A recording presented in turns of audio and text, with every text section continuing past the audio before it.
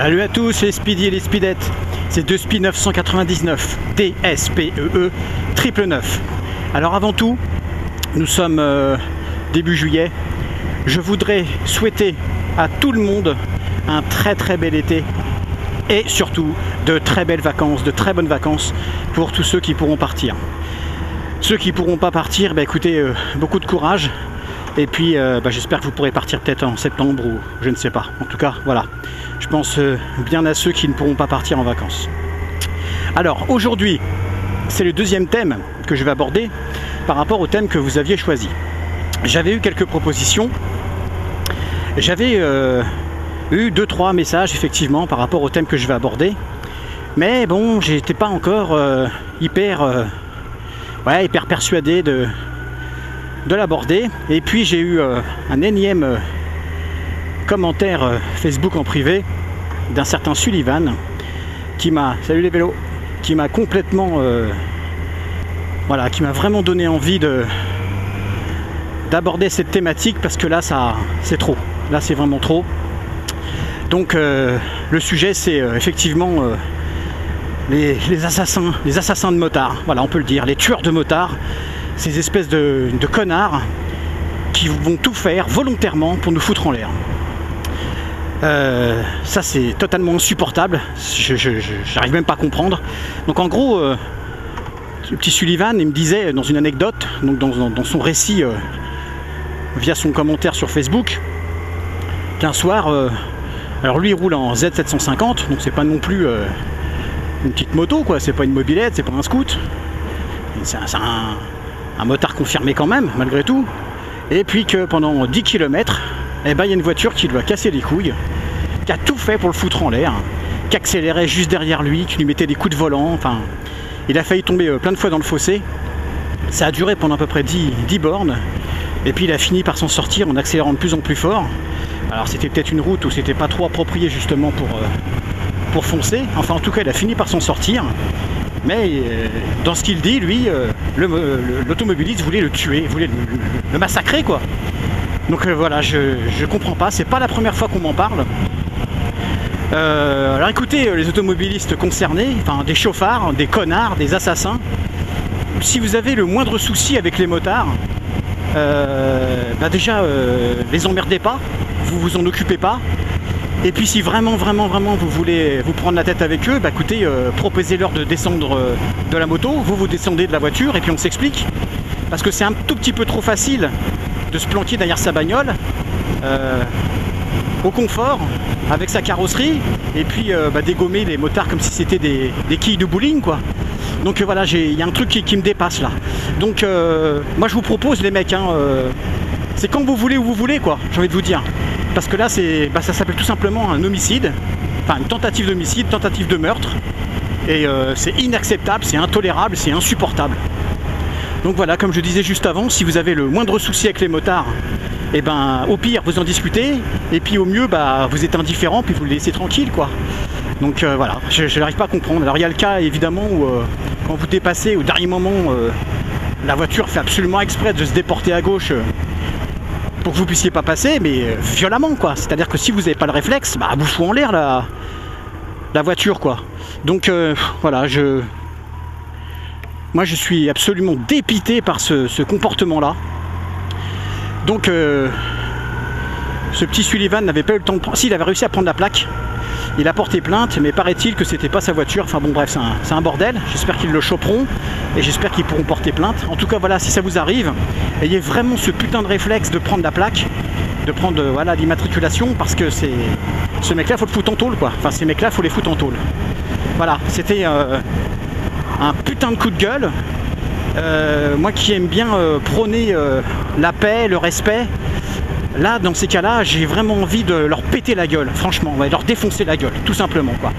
Parce que nous sommes des êtres vivants, nous les motards, et voilà, c'est en aucun droit, en aucun cas, ces espèces de connards doivent faire ça en toute impunité, quoi. Voilà. Moi, je leur dis, je vous dis là, s'il y en a qui écoutent ça, je parle bien pas des mecs qui n'aiment pas les motards et qui s'en foutent, eux, ça va, je les respecte, y a pas de souci, on reste indifférents les uns des autres. Mais ceux qui ne détestent les motards et qui font tout pour les foutre en l'air, allez vous faire foutre, franchement, allez vous faire foutre, et allez vous faire soigner surtout, quoi, parce que vous êtes des gros tarés les mecs, des gros tarés, voilà, franchement je suis dégoûté, salut mec. Voilà, bon bah c'était j'avais vraiment envie de parler de ce sujet là, parce que je trouve ça vraiment condamnable, gravissime, voilà, condamnable, gravissime. Un petit coup de pouce pour deux motovlogueurs que j'apprécie bien. Alors, ces deux motovlogueurs plus vieux que moi. Mais oui, ça existe. Il y a des motovlogueurs plus vieux que Dusby 999. Alors, ces deux motovlogueurs je ne sais pas si on va bien m'entendre parce qu'il y a un peu de vent. Deux motovlogueurs qui ont la cinquantaine. Donc je vais commencer par le daron d'Aquitaine. Donc comme son nom l'indique, il roule dans la région d'Aquitaine. Il roule sur une BMW R 1150 RT. Donc une bonne grosse bécane, un bon gros cube. Et donc il fait des motovlogs très sympas où il nous fait un petit peu visiter sa région. Et puis ouais, il aborde des thèmes pertinents, intéressants. Et voilà, donc il y a la vision d'un motard ride safe de 50 piges. Bon, des fois il s'accorde des petites... on va pas dire des petites erreurs, mais des petites permissions, quoi, on va dire. Mais bon, voilà, dans l'ensemble, c'est un motard vraiment clean, bon esprit, et voilà, allez voir sa chaîne, donc le daron d'Aquitaine, franchement c'est très sympa, likez et puis abonnez-vous si vous kiffez, quoi. Donc voilà, et puis bah, le deuxième c'est Vidéo Lolo 65, donc Vidéo Lolo 65, donc lui il est dans les Pyrénées, et donc il roule sur un Suzuki GSX 1250, donc là encore une grosse bécane encore. C'est marrant, j'ai l'impression que plus on vieillit, plus on roule sur des gros cubes.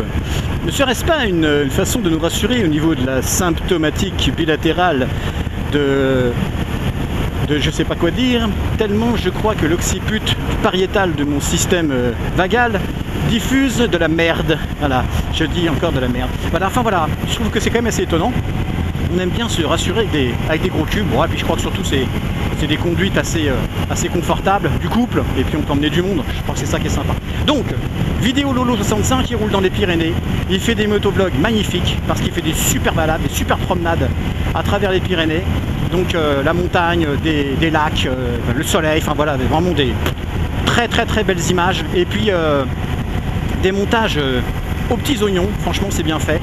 Donc voilà, encore un petit par les abonnés, mais un grand par le talent.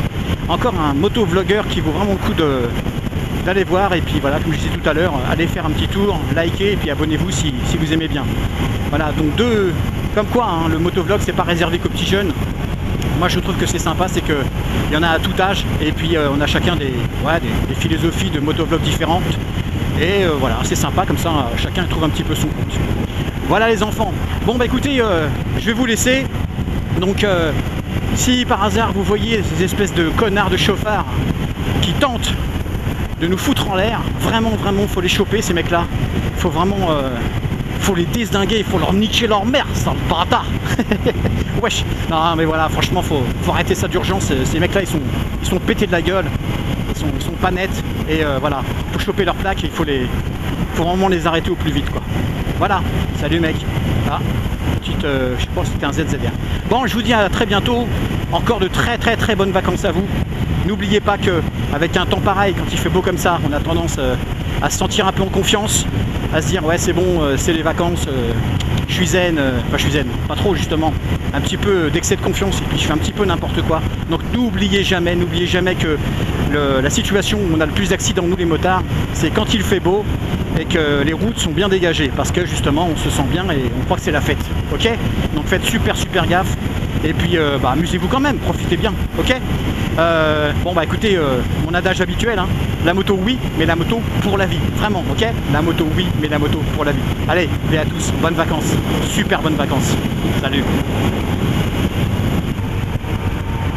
Sinon un petit truc que je voulais vous dire par rapport au FJR 1300, j'ai un petit peu roulé quand même là depuis la dernière vidéo, j'ai même bien roulé, j'en suis super méga content, franchement.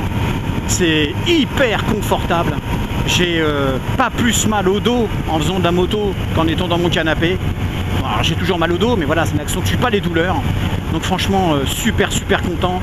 Une moto puissante, qui a un couple phénoménal, et voilà, hyper confortable, hyper fonctionnel avec la bagagerie et puis le top case. Donc vraiment, je fais attention parce qu'on sait jamais.